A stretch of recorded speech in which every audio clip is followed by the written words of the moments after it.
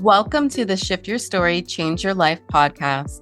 I'm Allie Rose, certified clinical hypnotherapist and subconscious success coach. I help my clients stop self-sabotage and feel safe to create more wealth, worth, and wellness from within. If you find yourself stuck repeating the same unhelpful patterns in your life, health, business, or relationships, even after all the mindset work, this podcast is for you. Each week, you'll hear deep dives into the hidden beliefs shaping your life and live hypno coaching sessions where someone shifts a block in real time. Because willpower isn't the problem, your subconscious story is. And when you shift it at the root, everything else begins to change. So let's dive in. Hello. Welcome back to the Shift Your Story, Change Your Life podcast. We all carry stories from childhood, and I'm always so fascinated by how people overcome or work through those childhood stories to become the people they are today. So today I'm going to be speaking with Shannon Whaley, and I'm so excited for this conversation. So let me do an official introduction first, and then we'll dive in. Shannon is a PCC credentialed coach through the International Coaching Federation, certified mentor coach, and former coach trainer with over a decade of experience helping clients scale from zero to multi-six figures. She's the host of the Anti-Hustle Business Podcast and the founder of the Anti-Hustle Business School, where she teaches coaches and service providers how to grow sustainable, profitable businesses without burnout or bro marketing tactics. Shannon's work blends coaching, mentoring, consulting, and training to help entrepreneurs create freedom, income, and impact on their own terms. And on a personal note, I've known Shannon for almost 12 years. I've been a part of her group programs, worked with her individually. But more importantly than all of the business and professional things, I so admire how Shannon shows up in the online space with so much authenticity and integrity. Her just sharing her real, raw, and authentic stories have helped me unlock so many of my own. So welcome, Shannon. I'm so grateful to have you here with me. Thank you. I'm really excited to be here. That's always so touching. Yeah. Well, you know it. I tell you all the time, kind of sporadically, how much who you are and the way that you share has impacted my own life. So Yeah. I'm so excited to share you with my audience. So Thank you. yeah. Before we dive into you sharing more of your story and the ways that you've been able to shift those stories, can you just set the scene a little bit about maybe your background and upbringing so that, they can kind of get a better understanding of where you came from? Gotcha. Oof. I mean, that could go on and on. Okay. So I grew up in Southern California and could not get out of my family's house fast enough. It's just toxic. There was abuse, and I knew I needed to get out. So went to college up in Northern California and got my degree in psychology and feminist studies. And then I moved further away. This will become a theme, you'll see.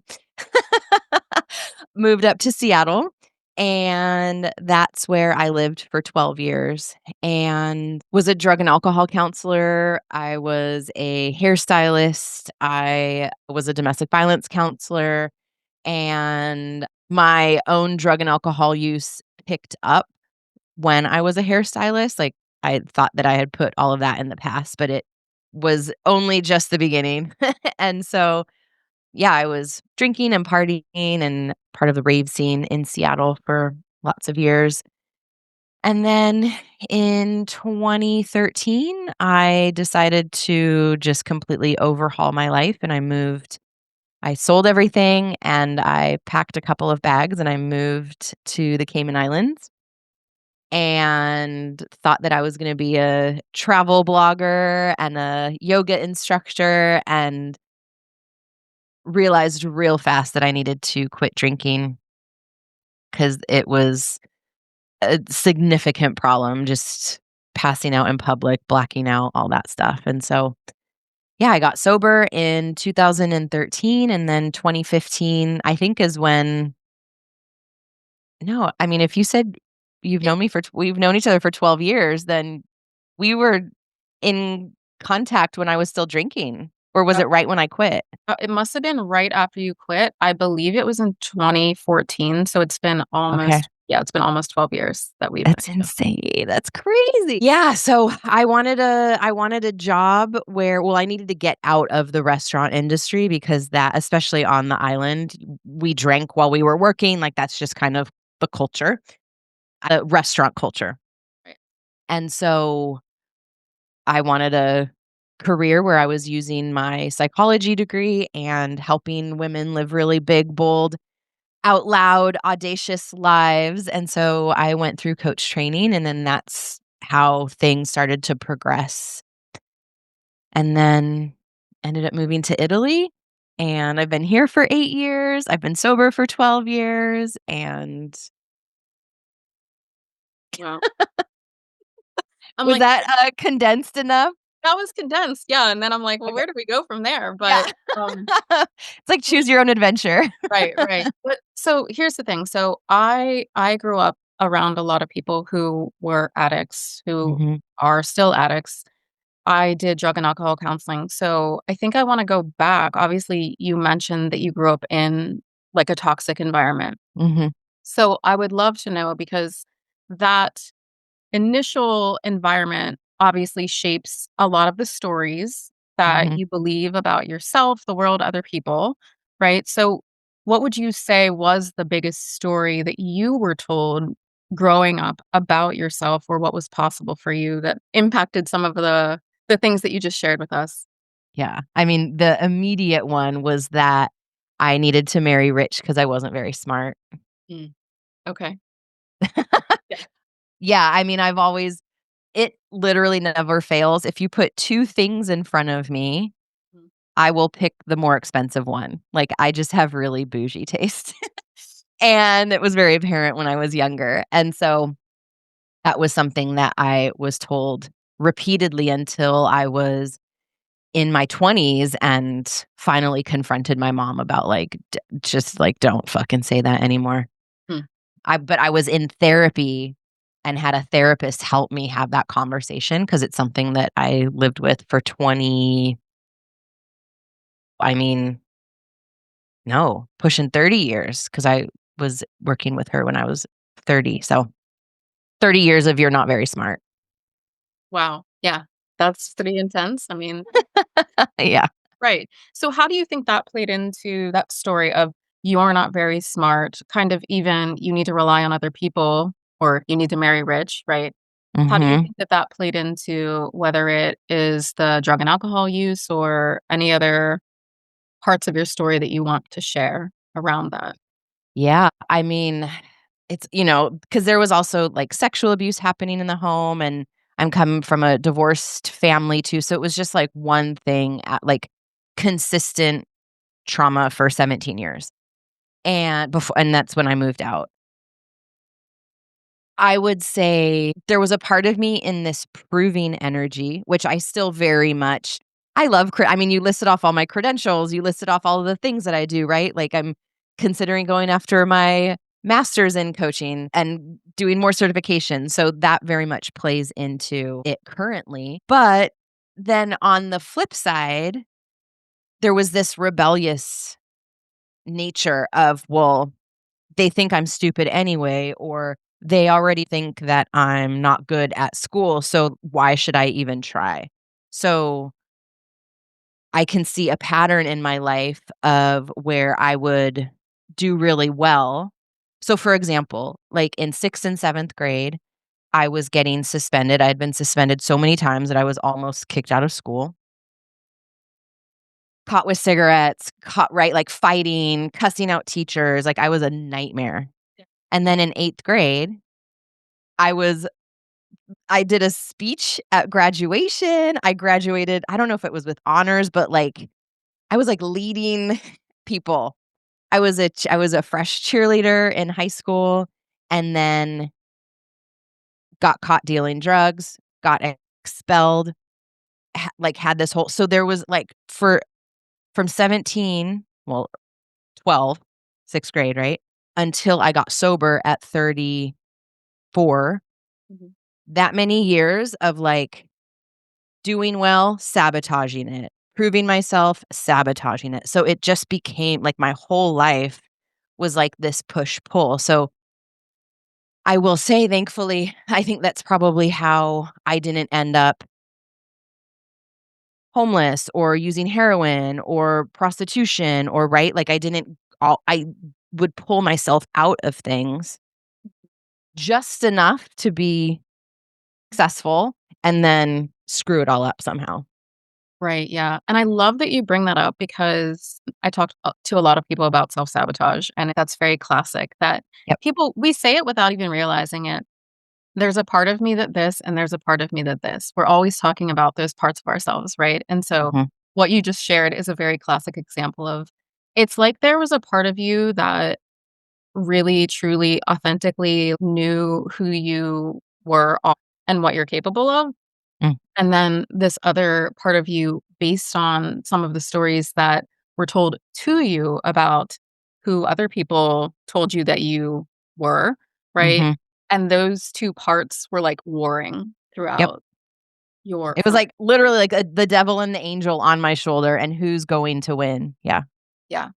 Yeah, so I also know, I feel very fortunate because I know parts of your story, so I can ask you specifically about parts. But I know that you got married kind of young the first time around, Mhm. right? Yep. And so I'm curious because that original story was kind of about I need to marry rich because, you're not or you need to marry rich because you're not that smart. Mhm. Did that play into getting married Good younger? question. Good question. I so, like, part of the we can cuss, right? I Yeah. can okay. So part of the mind fuck about this is that it's so subconscious. Like, you're in the moment and you're just like, "Oh, I'm just doing this thing." And then hindsight's 2020 where you look at it and you can, like, patch things together and be like, "Oh, that's why I did that." But so, cause like, when I was, like, using and stuff, I'm like, "I just love to party, like, I love relaxing," and I'm like no, it's actually cause, like, you have a traumatized brain and you're trying to escape the mess that you're dealing with at home. So, when I got married, yeah, I was 21. I had no business getting married, like, it never should have happened, and she was 9 years older than I was, so she was 30.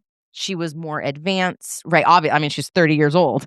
So, I had just graduated from college, and that weekend moved up to Seattle and into an apartment with her and started this new life, and then we got married, I don't know, a couple months after that. I graduated in summer, and we were married in the fall. So, we had been dating for, like, a year. Yeah. So, I think she was gonna take care of me, right? Like, sh yeah, it's so hard because it was, like, one of those, like, this is one of the things I should be doing, and I was head over heels in love. It was very also toxic. Drugs and alcohol were involved, and it was, like, the natural progression of what you're supposed to do in a relationship, right? Like, you've been dating, you move in together, you get married. We were talking about donors and me carrying babies, and I was like, "What the fuck? Like, this is really serious." Pump the brakes.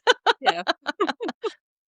But I definitely saw her as a provider and taking on that role, and that I, would eventually, like, have my career. And because my goal too back then was to become a professor and a therapist and teach at the college level, get my doctorate, and so this was, like, my trajectory, and she would be there to support me and financially and emotionally and all of that stuff. So I feel like because I had big professional goals, that marrying someone, being with someone who was older, kinda, like, fit in with those adult goals. Does that make Right. sense?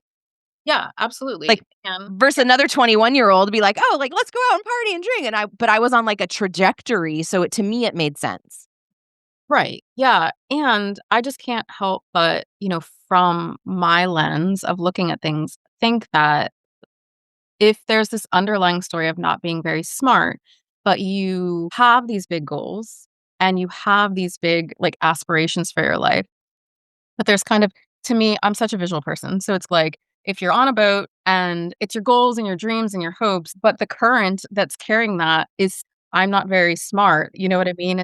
Then it makes sense to me why you would feel in some ways like you needed this other person to Mhm. help support those things happening in your life, right? Right. Yeah. Which to me is now knowing you is like the very opposite of like who you are now, right? Yeah. So, Absolutely, yeah. yeah, Yeah, and thinking back too of, like, it put like, in a way, like, it took me out of the driver's seat, I feel too, like, in terms of like, now I have this person and I have this, like, life that we're creating versus, like, 21, just graduated college, like, what am I gonna do? Like, right, get an apart like, I could have stayed in the city that I went to college in, but it's just, like, it's a small like, it's Northern California, so it's just, like, really so it was like, "Oh, this is all handled for me.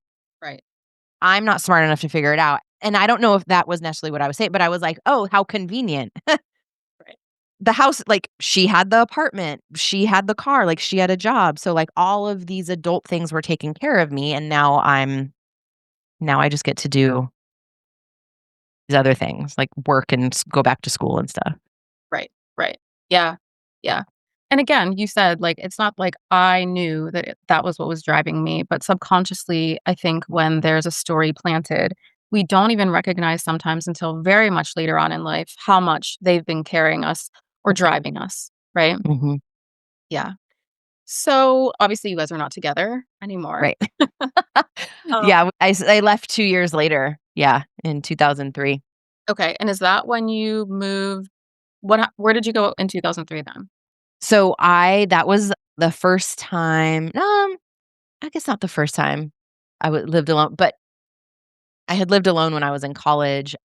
No, I had moved down to downtown Seattle. So we were up in northern Pacific, like northern Seattle area. We had a home. And I found an apartment and moved to downtown Seattle and slept on the floor for a couple months. Right. Yeah. Yeah. Well, what was the kind of turning point in that relationship that caused you to end that relationship? I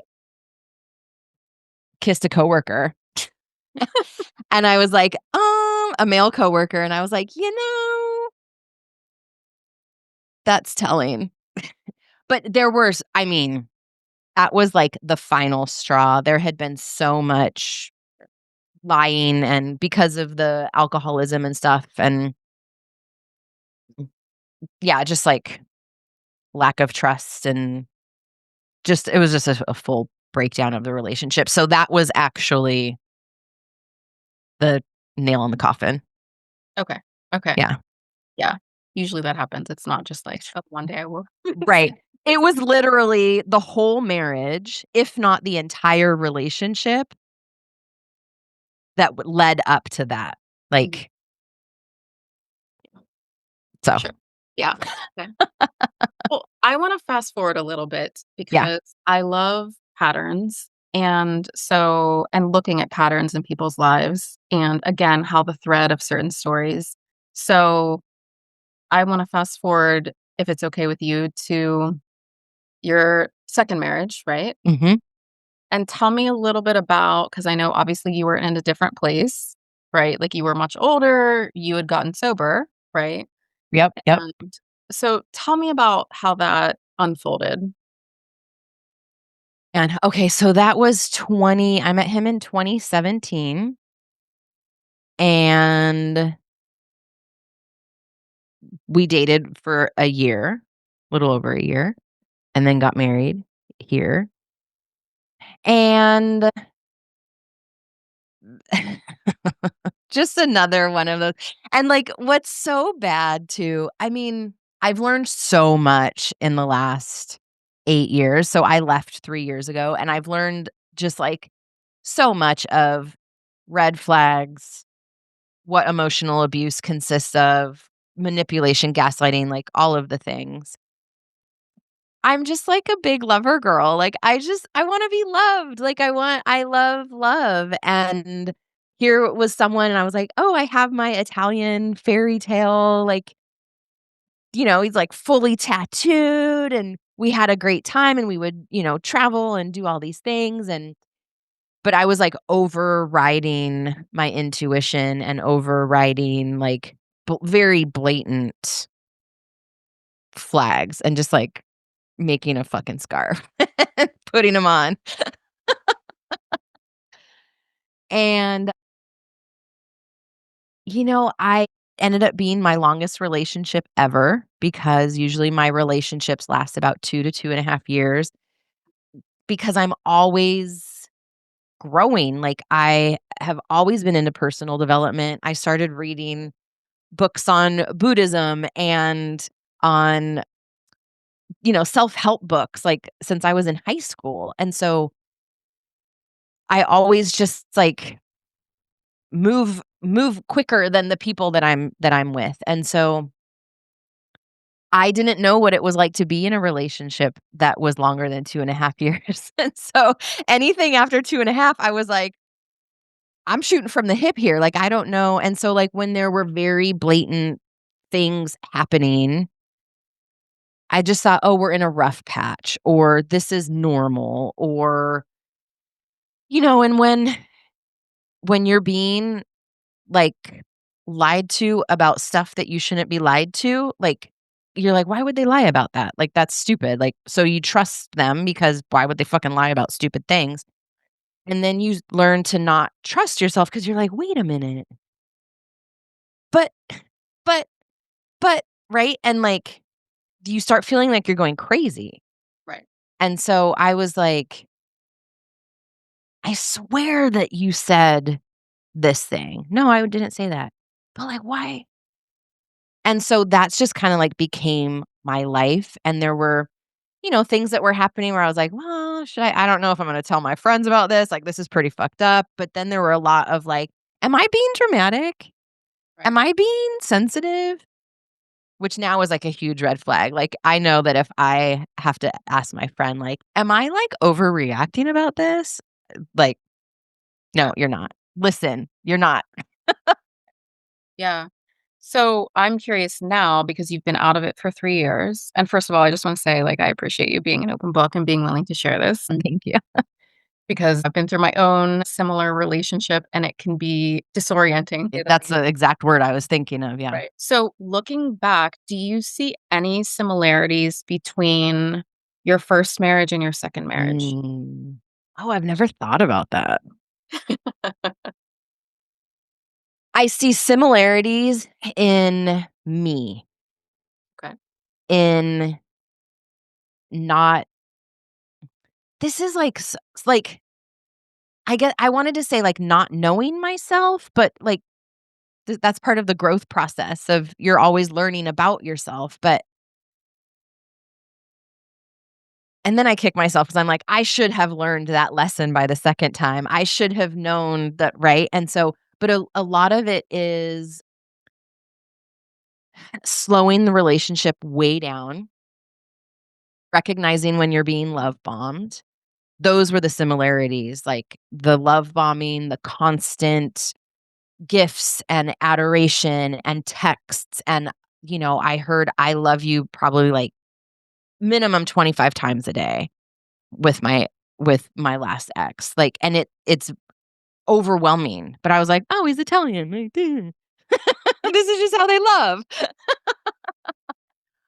So seeing similarities in that sense and loving the attention Right. and not listening to my intuition when, like, my body was like, "Hold on." And in both relationships before we actually got married, I had conversations with people about leaving them. I had said, "Okay, I'm gonna break up with him on this date." Like, I look back at pictures with my ex-husband and I'm like, "Oh, that's the day that I said that I was gonna break up with him." Right. And I didn't. And then I'll see other picture, oh, like, that was the day that I knew that I needed to leave him, and then I still got married, and so those are the similarities in me that I knew I shouldn't have married either of them, and I still did it. Right. And so, and I hope that this is okay, but like the tie for me is still that subconscious story. Yeah. Like when someone tells you at a very young age that you're not smart, that also plants some sort of seed that like you can't trust yourself to make Yeah. good decisions, which then means that I'm hearing you say like ignoring yourself, because the reality of the situation is that story about you not being smart is not true. You are very smart. You are very tuned in. You know exactly what it feels like in your body whenever something doesn't feel right. But potentially, and I know that it's not all of it, but potentially because that story, that seed was planted in you at a young age, there were some similarities and some patterns in relationship that caused you to override the intuition. Absolutely. Yeah. Yeah. Yeah. So, when do you think that that story about not being smart started to shift in your life? Or maybe even like, when did you start to really trust yourself more?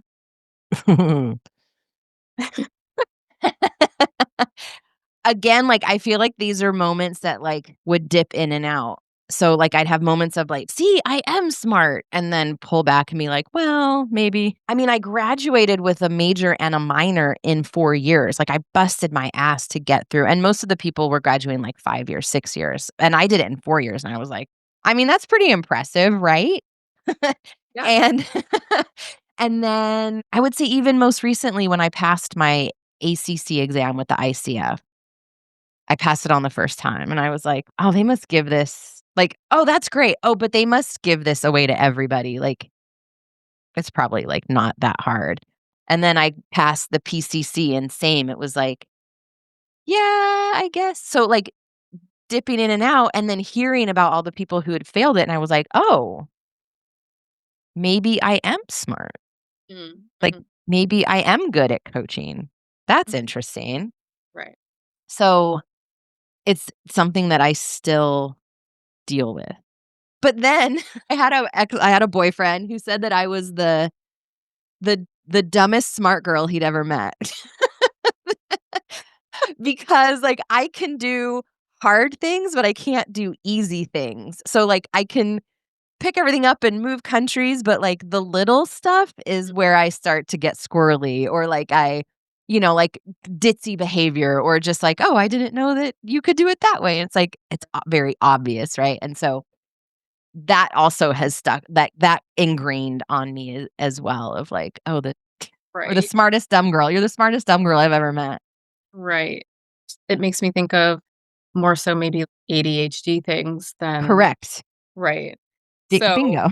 right. Whenever I hear that, I'm like, well, that sounds more so like ADHD, which doesn't mean that you're dumb, right? Correct, correct. So, also, the learning about that so I haven't been formally diagnosed, but my dad has autism, my brother has autism, my half brother has and they all have ADHD as well. So, like, I thought, "Oh, it skipped a generation," for the longest time, and then I was like, "Hold on, that's not how that works." Right. And so realizing, oh, so that also has been a huge aha moment of, like, I'm not actually stupid, like, my brain just doesn't think about things that way, or I overlook simple things because my head's in the clouds, or I'm thinking about something else. So that's been a huge awakening as well. Right. Yeah. And like that shift of like, I have worked with so many specifically women later in life who I have helped them get diagnosed with both autism and ADHD. And we cry tears together Mhm. because all of these things in their life suddenly start to make sense, and it can totally start to shift that story that you've been telling about yourself, because when you carry certain things for so long and you don't really understand what's going on, it can start to lead to other things like depression or anxiety on top of, the neurodiversity, right? Absolutely. So even just getting appropriate diagnoses, and I know that you said that you haven't been officially diagnosed, but like that's okay. You don't need to officially be diagnosed to like know that it's something. So yeah, that in and of itself can be huge. one thing I know about you is that you have really great grounding practices. Mm, And so I want you to share some of the practices that have helped you shift stories in your life.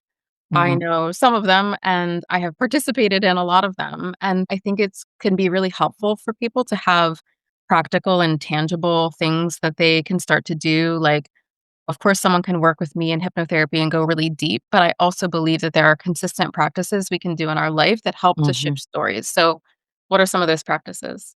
Yeah, so I mean, just even having like a journal practice, like a consistent journal practice where it's not just like dear diary, but first of all, like starting with acknowledging what's going right and what I'm celebrating about myself because I live alone, I run my business. No one around me is being, "Hey, I saw you do this. Good job." Or, "Hey," right? And so that's been very helpful. Also doing different visioning work. So some of the stuff that I've been doing more recently has really been around future self stuff and identity work around that. Mhm, And doing the visioning about me 10 years out, 20 years out, 30 years out, mhm, just like reimagining like what did I think life was going to look like at 46 and then what it actually looks like and then what do I want the next half of my life to look like? And how do I anchor into that vision, that version of me? I mean, I'm an old raver too. So a lot of my somatic practices includes house music and dancing and shaking and just really, even just like swaying has been really helpful just to get reconnected to my body. More inner child work too. And that's been so I spent the night at my friend's house for her wedding, like celebration. And I stayed in her son's room while like overnight and he had these bunk beds and like what is it, Star Wars stuff and like Jedi stuff and whatever. And I was like, I feel like my inner child is this 8-year-old boy. Like I was like, oh, we got a fort. And like I could just feel myself coming alive. And so I've long struggled with gender identity and like what it means to be a woman and called too masculine so many times in my life, right? And so like as I started to work on my own thoughts about my gender identity and what that looks like, my inner child healing work has been around letting that little 8-year-old boy because I was such a tomboy. I was playing sports and riding BMX bikes and doing all these little boy sports and stuff. So I was like, what would it be like if I just honored this, like, inner child who's this, like, fun little 8-year-old boy? So that's been also some of the work and some of the healing work that I've been doing lately. yeah, I love that. I think that obviously I'm a fan of inner child work that can be so helpful. And I just want to acknowledge because I'm just going to call it what you call it. Oftentimes we do brags. I know you have the journaling practice, but I think specifically I'm thinking of the brags. And Okay. I love the way that you own that. I think that Mhm. to me, I don't know where that came from. Where I did can that share. Yeah, where did that come Yeah. from? Yeah, so, I mean, I started doing this years and years and years ago because when we meet with clients, it's just so easy to immediately go into what's going on, like what's wrong. And right, you sit down with a therapist and you're like, "Oh man, let me to unload and tell you about all this," right? And so that was happening with coaches and I was like, let's start this off more positively." So like, what are your wins? What are your celebrations? Then when I started working with a former coach, she introduced me to Mama Gina, who wrote the book Pussy. And in that book, she talks about specifically how women are taught to not celebrate, to not brag, to not be too big. And so she has this whole chapter in the book about bragging and specific, like using that word because we're not supposed to. Right. Men can be big and proud and right, but like women need to be humble and we need to keep all of that simmered down. And so the brags basically came out of Mama Gina's work. Okay. Yeah. And I think that again, not to beat a dead horse, but the thread of when you said, I live by myself, I'm single, there's no one in my life who's looking at me and saying, you did this really well and you did this really well. That in and of itself feels like an inner child practice, especially for someone Mm, who was told that they weren't smart. So mhm. acknowledging all of your wins you Taking notes, yes. you bragging on yourself, right? Full circle moment that you get to become the adult that Totally. your child needed, right? Absolutely. By bragging on yourself. Absolutely, and I will say too, like, some of the work that I just was in a webinar yesterday about this, about IFS and internal family systems, and one of the things that I've been doing, like, at the gym that I noticed, and I was like, "Hey, why don't you try this in other places?" Is, like, when I'm on the last rep and I'm like, "You can do this. You're so strong. You have totally got this, like, you can get 2 more reps in." And when I was in the workshop yesterday about speaking to yourself like you're the cheerleader, like, "Oh, you've got this. You're so smart." Just that in and of itself is super healing and also heart's work, inner child work. Yeah, absolutely. Absolutely. Mhm. So I think throughout your life, I know you've shared there have been a lot of phases of your life and shifting that you've had to do to get away from maybe the initial seeds that were planted in your life. What do you believe now about yourself, the world, other people, what's possible for you that's very different than Mm. you believed then? Such a good question. Well, I have proven to myself over and over again that I am very capable, I'm very resilient, I'm actually very smart. I have moved countries multiple times, like, that in and of itself is pretty it's difficult, like, it's not for the weak. I've been running a business for 10 years, like, so I've collected evidence, right, that I'm actually none of those things, any of the negative things that my mom said or boyfriend said or, people said, and that what I know specifically about me is so I work really well when I'm trying to prove people wrong, and a lot of my life is because of spite, like, a lot of the things that I've done is out of spite of, "Oh, you told me I can't do that? Well, fucking watch this," and then I go, like, do it and do it miraculous like, just beautifully and huge.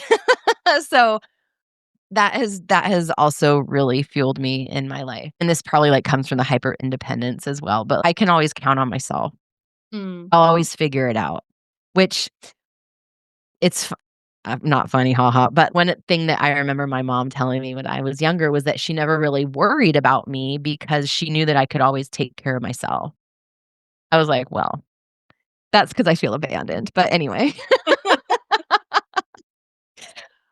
But also what I recognize is that because of what I went through built up that resiliency. Like, if I want to live the life that I wanna live, like, I have to be willing to put myself out there. I have to be willing to go against the grain. I have to be willing to, like, prove these people wrong so that I can go have the life that I wanna live.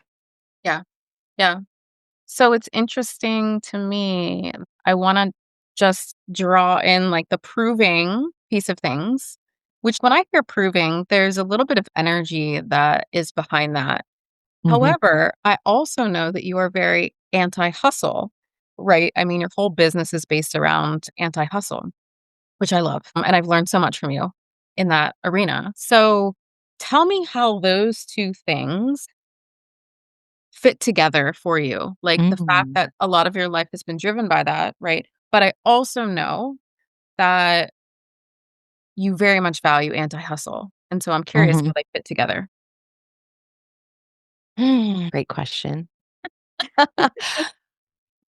So, as this has evolved, I mean, it started as a brand, right? And then it became a lifestyle of really taking care of myself and really prioritizing myself and prioritizing my play and my rest and my mental health. And so,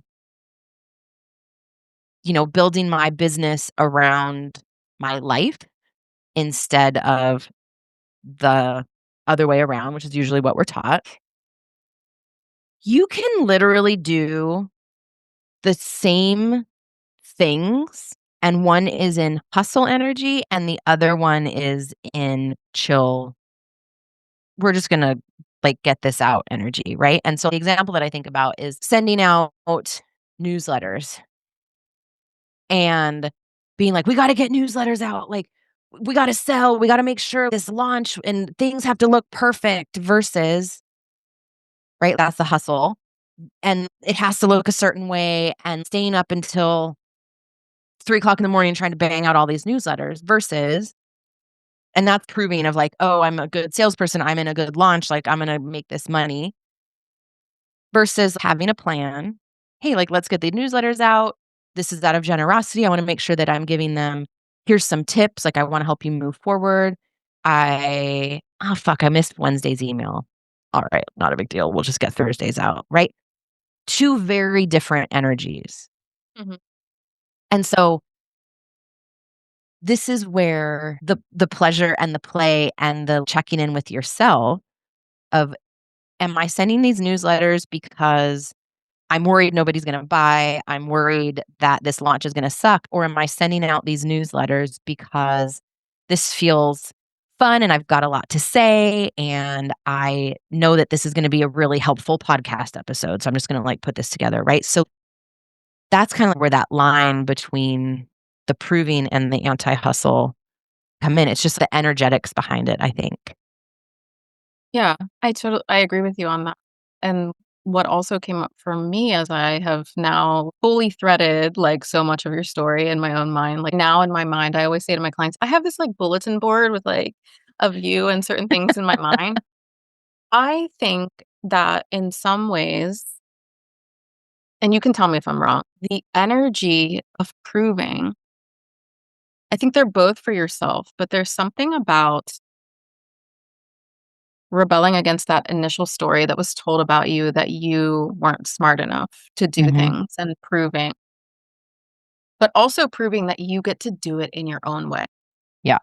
that you do know yourself well enough to know that you don't have to follow bro marketing, hustle culture in order to get it done. And so in some ways, I feel like your whole business model is healing for a younger version of you who was told that she couldn't or didn't know how to or needed to rely on someone else to create the life that she wanted to create.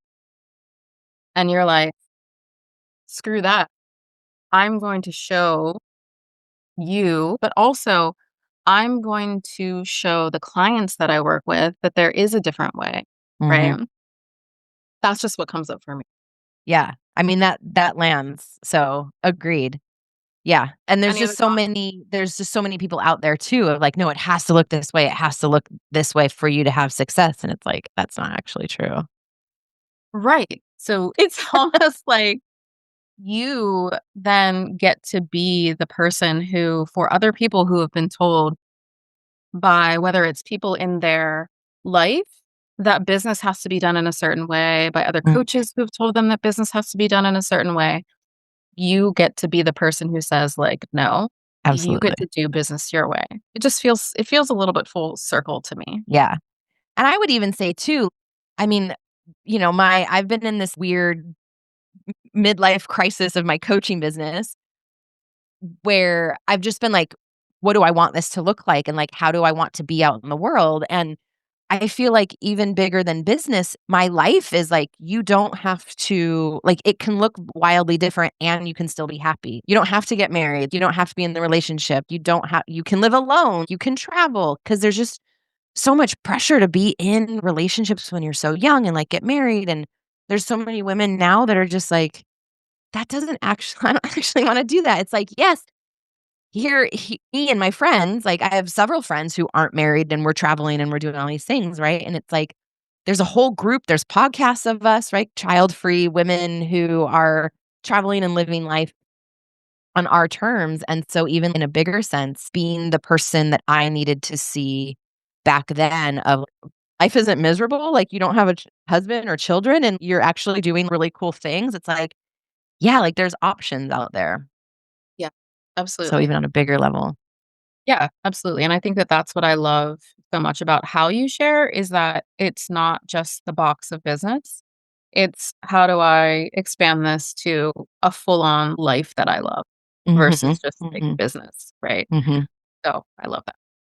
All right. So, as I said before we popped on, I know we could talk for hours. I could ask you a million questions, but any final words of wisdom that you want to share before we go? Yeah, like, find your people. Find people who are doing what you wanna be doing, whose life looks inspiring and that you might be a little bit jealous of, and you're like, "How?" Because that's your North Star, like, that just is indication of, "I want that, but I want my own version of it." And so, keep looking and finding your people who are living different lives, who are doing what they wanna be doing, who are trailblazers and doing things their way because it can get really fucking lonely when you're the only one.